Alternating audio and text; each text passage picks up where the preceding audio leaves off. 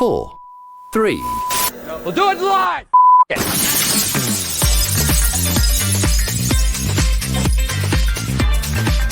Now we're live! Aaron Kennedy. The general craziness of it, the impact on your life. We have gone through so many stories and we said, you know what? This should not be kept to the two of us.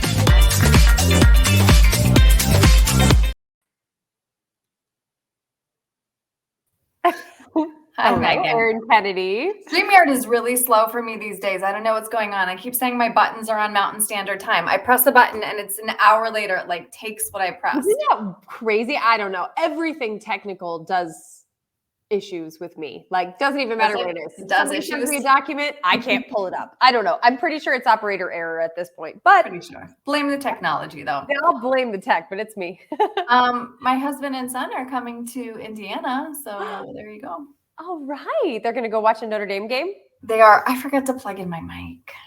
Oh, but you sounded fine. Yeah. I'll still do it though, since I harass people when they have bad audio. No, I don't think it's horrible. But then again, it's probably a tech thing. Like, I think it sounds fine, and maybe it really doesn't. I understand how it works. Ooh. Oh, hello. Oh, now you sound like you're whispering in my ear. Now it's much better. Oh, Okay. yes. So we are doing a Friday quickie. Yeah.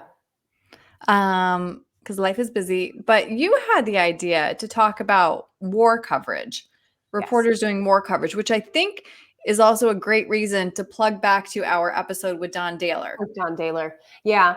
Because it is a whole art to covering war. No question about that.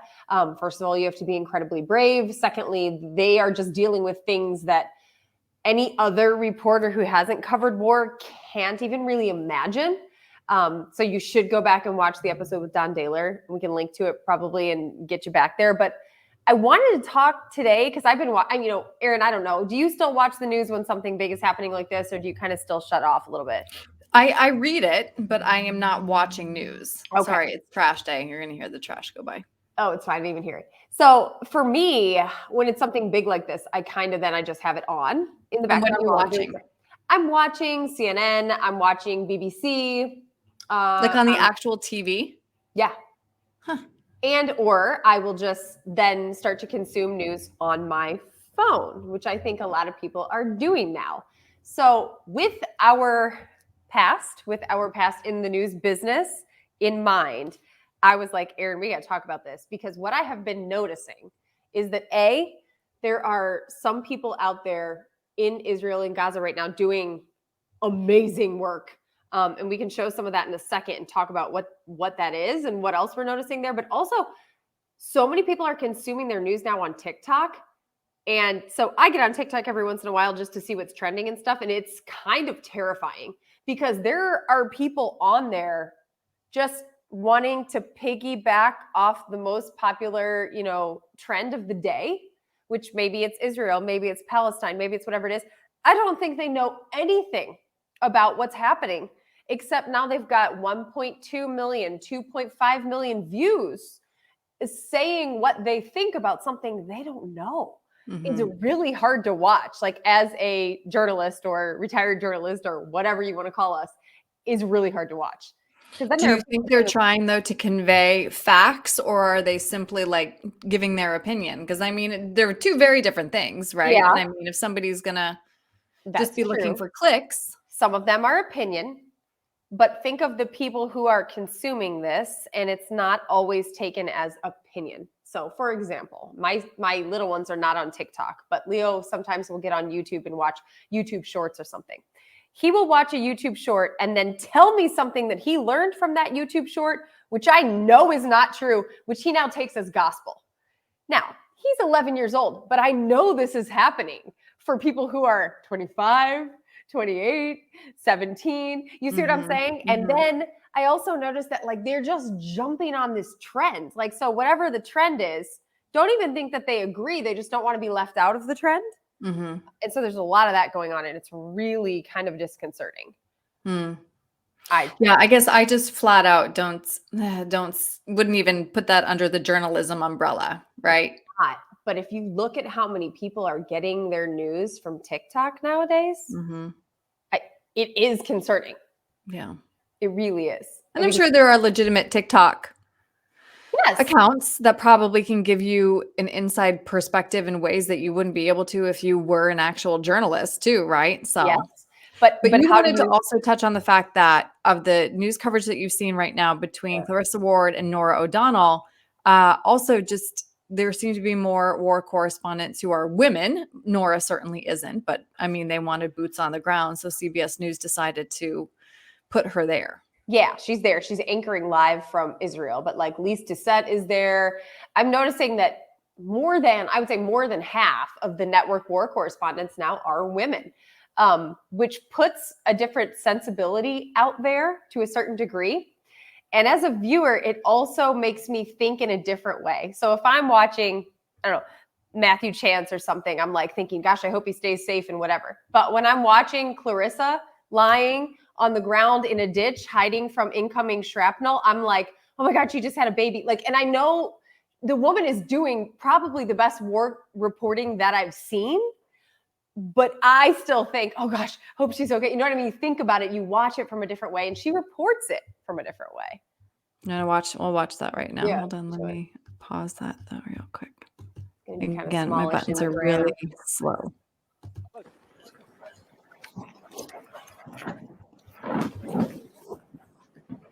You're fine. You're fine. You're okay. You're all right. Okay. That's the Iron Dome. Okay. That's the Iron Dome. Yeah.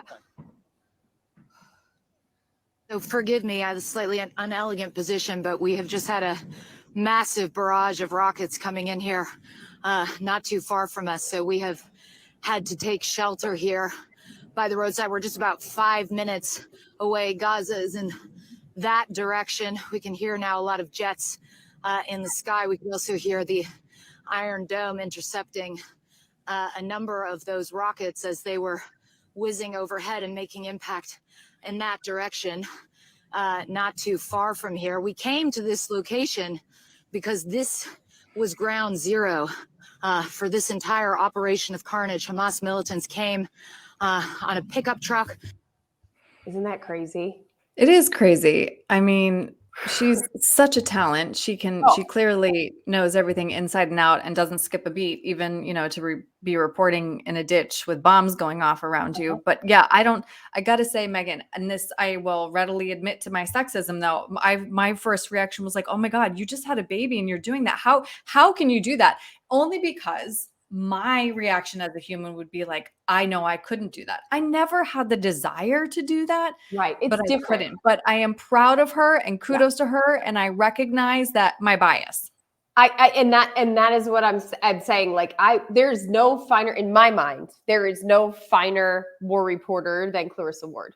Yeah. So she's my favorite. Like my kids will stop and watch Clarissa Ward, probably because of the way I feel about what she does.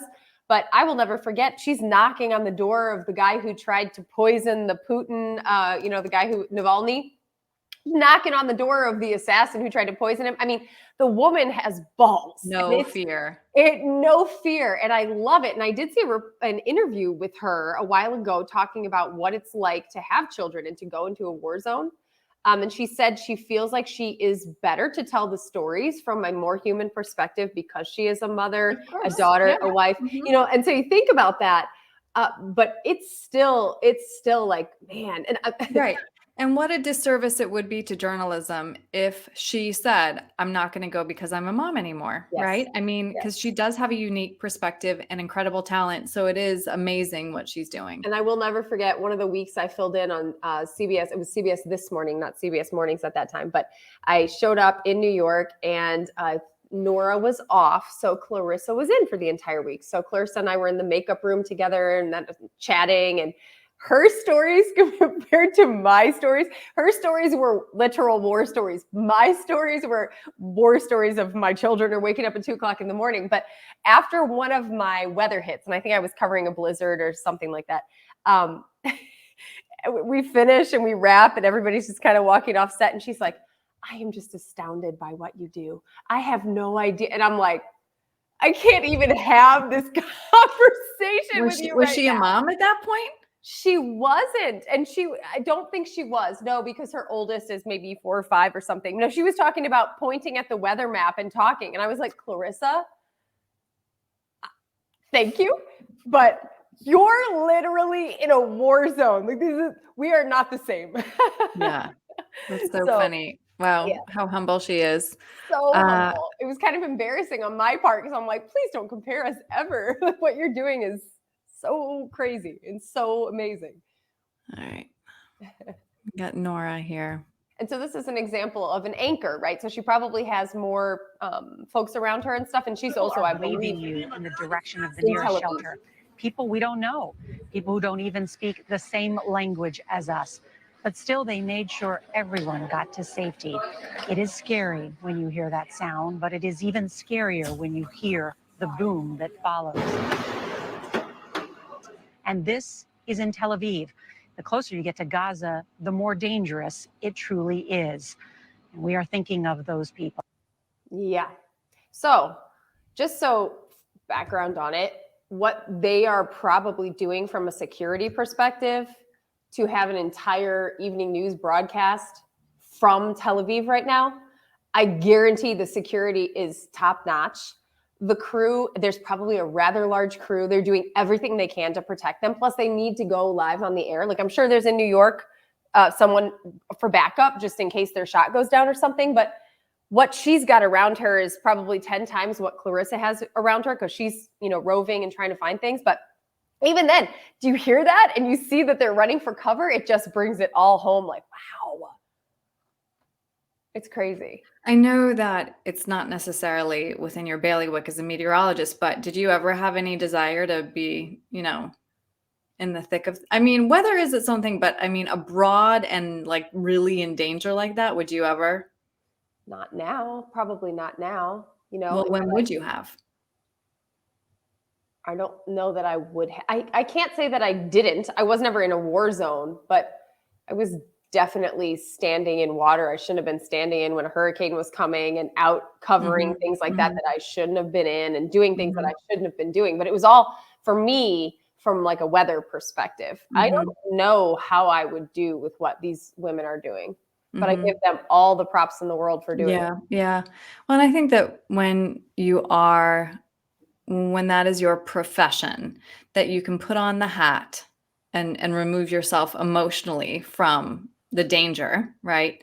And truly then just come at it from a perspective of wanting people at home to know and understand what you're seeing and hearing and smelling. And that's a good reporter will make you feel like you're a part of what's happening, which is why it's important with what's going on over there.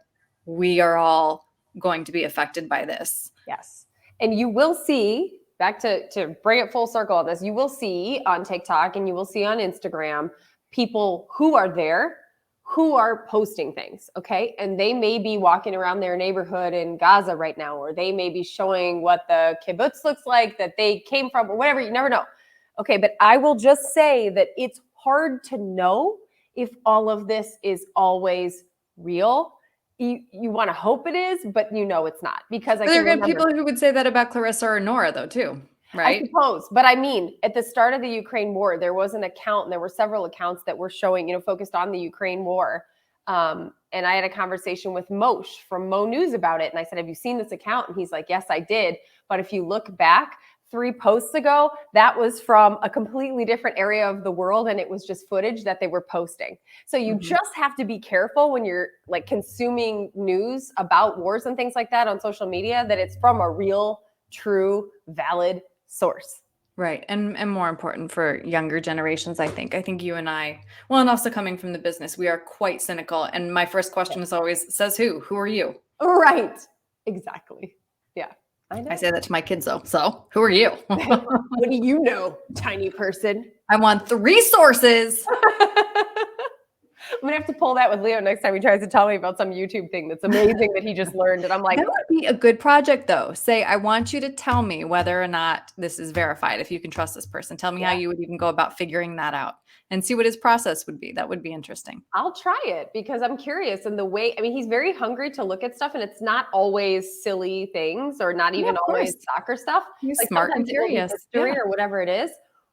But I keep having to tell them, like, you don't know that that's real. And I hate that that's the world we live in right now. And I also hate, and that's why I want to talk about this today, because I hate that sometimes I think that what's going on right now in Israel and in Gaza is so important from a global perspective.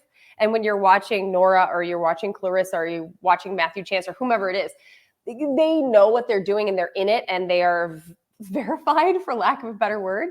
You're just getting it all on social media. You just do not know what bias you're consuming without even knowing it. So it's hard. It's hard for people who are younger. And I wonder what that looks like as we move along. Yeah, good point.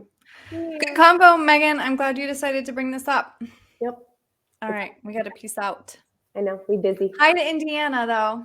I mean, they're only like 80 miles away from me then, you know? I went to wave. You can watch him. See if you see him on Saturday at the game against USC. Among literally thousands. I was like, I said to Matt, I said, do you think they would let you go back in the dorms? And he was like, yeah, I don't think so, because I, as a student, would have been really wigged out if like old alumni were just walking through the dorms. But I was like, because it would be fun for Elliot to see like where his mom and dad met. But do you think it's changed a lot inside the dorms? I don't know. I would hope so. But I don't know. Yeah. Some of those college campus dorms has are pretty changed old. a lot. Yeah. Oh, has it? Yeah. You'll have to have Matt see if he can sneak in. Yeah, I did. I said I want a picture of La Fortune, which is like the common area where we would go and buy like loads of candy. You know? Ooh. That's where I'd be. You got to send Elliot into the dorm and see, because he wouldn't be like threatening at all. A random little kid walking through. Just need a picture of room 224. Thanks. He is so cute. All right. Megan, good to see you. Everybody, thanks for watching. Have a good weekend. We'll see you soon. Bye, everybody. Bye.